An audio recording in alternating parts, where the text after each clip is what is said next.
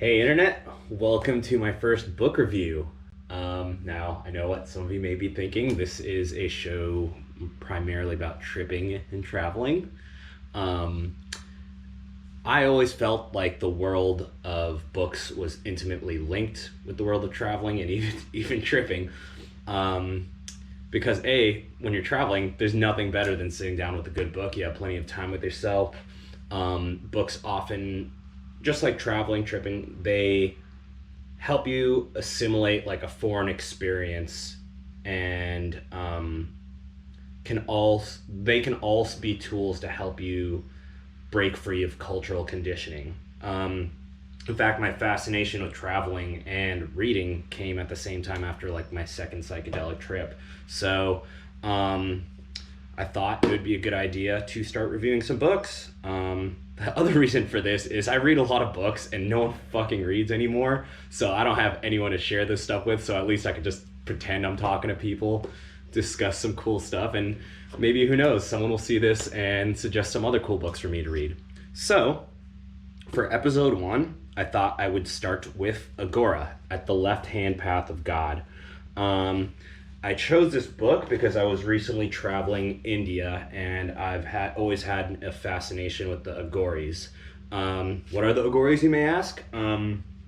They, I guess, kind of represent a more taboo side of Hinduism. They are often you've probably seen pictures of them, and I'll show one in a second, but they're like the sadhus that hang around graveyards, do a lot of rituals around death. They kind of find the things that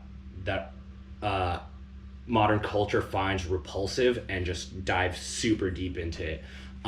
You'll often find when you're around India, even talking about these people makes some of the locals uncomfortable. I remember being at my friend Raj's house, who I met in India, hanging out with his family. I started asking questions about Aghoris, and it was like I brought up like Voldemort in Harry Potter. Like I just said his name. All of a sudden they're like start freaking out, and they're like, you can't talk about this stuff in dinner and all that. They were telling me stories about how they'll find you and blow smoke into your face, and then you'll be tripping, and then they'll rob you and all that stuff. Needless to say, I found it more fascinating because of that conversation. So let's dive into this book. Right, since this is my first review, I'm not sure about formatting and whatnot, so I have some notes written, and I figured I'll go over a couple of quotes I like and the subjects they're regarding, and hopefully that'll give you an idea of the book, and we can give you some sort of idea if it's worth reading. So I thought probably the most important quote to share is the last paragraph of the preface, because I think it does a good job encapsulating what the rest of the book will be. So here it is. The greatest benefit of the study of Tantra and Aghora is perhaps an enhanced appreciation for motherliness. The doctor who cannot take a motherly attitude towards his patients is a mere pill pusher. My teacher insisted that all males should learn motherly love. Tantra is the worship of mother. It is the most advanced method of inculcating maternal feelings. Don't know what that word. It is undeniable that as you look to the world, so the world will look to you. If the world is your mother and all its inhabitants are your family, there is never a need for loneliness, fear, or despair. As my teacher Vimalananda observed frequently, when speaking of the mother, what more does one need to do once the mother has accepted him? She will do everything without being asked. She is the being to be realized. So I thought that was super profound, and it actually speaks to some deeper messages and themes in Hindu culture.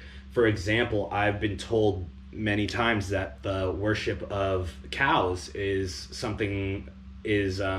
because the Hindu culture views cows as their mothers. Cows provide everything without asking for anything, whether it's clothing, milk, dairy, and if you ever really need meat. Cows are very loving creatures. Obviously, in Hinduism, you're not supposed to eat cows, but I was just bringing up an example.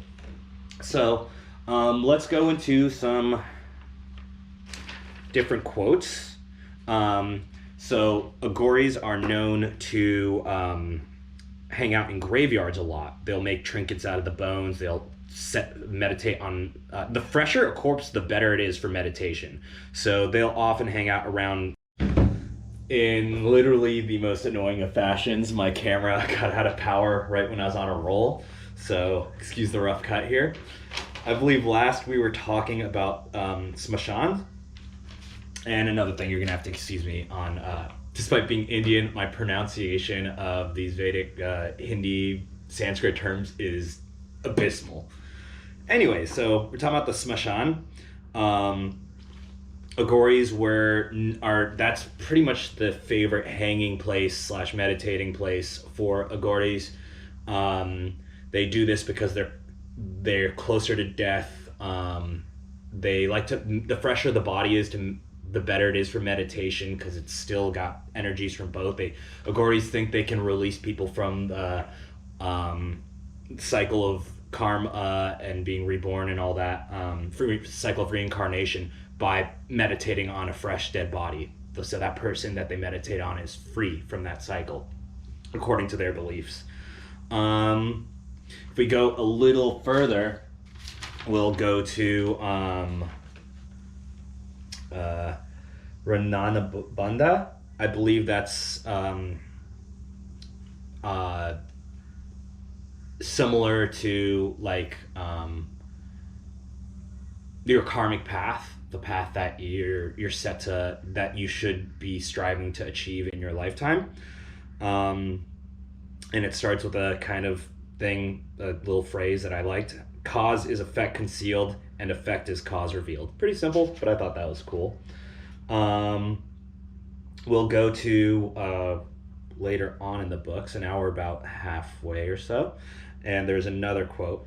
Now this is more about just basic core Aghori philosophy, but Advaita Vedanta suggests, in fact, that nothing exists except the individual, that each of us has our own individual realities which are real only for us. That being the case, how can you communicate your experience? It is impossible. That is why the Vedic religion, which is one of the two eternal religions, gives the same advice to everyone. Carve out your own niche. There is no such thing as sin. We have invented sin along with heaven and hell. You must work at your own rate of speed toward your own goal. No one is required to do anything else. You will achieve after some time. There's nothing to worry about. I thought that was incredibly profound, and it really speaks a lot to, the really mindset of Aghoris, these people that'll walk around naked, covered in the ash of dead people with bone trinkets. They just don't give a am I allowed to curse? A flying sack about what other people think. And what illustrates it better than this quote? A good test for an Aghori is this: when you can eat your own feces with real love for it. So the book's already like kind of far out, I guess, sect of Hinduism, but as the book increases, it gets further down, it gets weirder and weirder.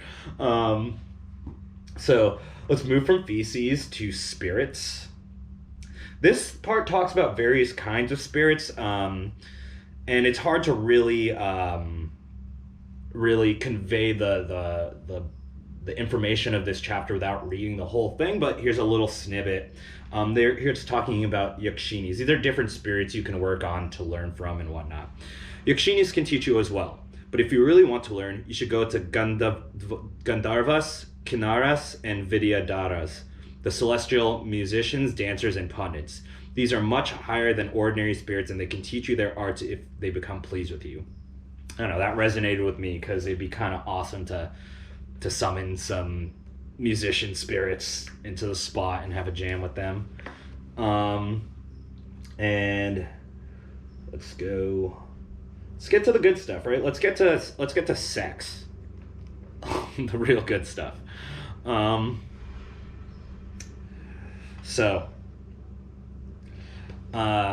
Here's some thoughts on it according to the author, Robert Svoboda. Physical sex makes you more aware of your body, which weakens your mind. This makes you more interested in gratifying your body and makes it less likely that you'll remain faithful to one partner. When your relationship is purely or predominantly mental, though, there comes a point where you'll be You will be unable to do without your partner. The ties will be so strong. You'll never be able to attempt to look at anyone else because you know you'll never find anyone else to understand you so well. A peculiar sort of Maya will bond the two of you together. Whenever you are apart, you will always long for the day when you'll be reunited. You yearn for each other to share your professions, your hobbies, your pastimes, and most of all, your sadhana. There is such a beautiful lingering memory that you can't bear separation, but there's almost no desire for sex because just a kiss or a hug or the touch of a hand is enough to satisfy. Isn't this better than any repetitively going through the moanings and groanings of physical sex? Isn't this more refined? Sure. Yeah, I kind of agree. One of the subjects I found interesting was that of Amrita. Amrita, which literally means undying, is a secretion of the pineal gland. It is the true fountain of youth because through Amrita you can preserve your youth almost permanently. So I guess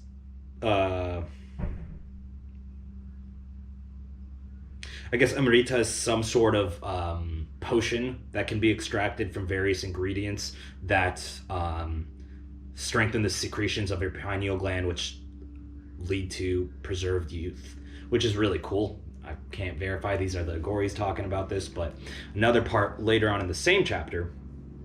Or you can procure an elephant. Do you know that this was the real reason kings were supposed to keep elephants? Most kings never knew. An elephant is not just for pomp and pageantry. If it is well cared for and becomes pleased with its master, it can take Amrita from its body and present it to its master. Today, no one knows how to do this, save a few who tell no one. That's awesome. Like, imagine getting a whopping surfing of like DMT from an elephant, like just handing it. I've had mushrooms grown off elephant dung, and they were bomb as hell. So I can only imagine what elephant DMT is like. And then we will get into, let's see. There's a little more stuff about sex. This is really cool. A different erotic center in the female body is awakened on each lunar day. Can't verify that, but sounds cool. I'm gonna go with it. You know, like, you hear a lot about women having being synchronistic with moon cycles and whatnot, so doesn't surprise me if that was the case. And then we get into towards the very end. It gets into the really, really advanced stuff.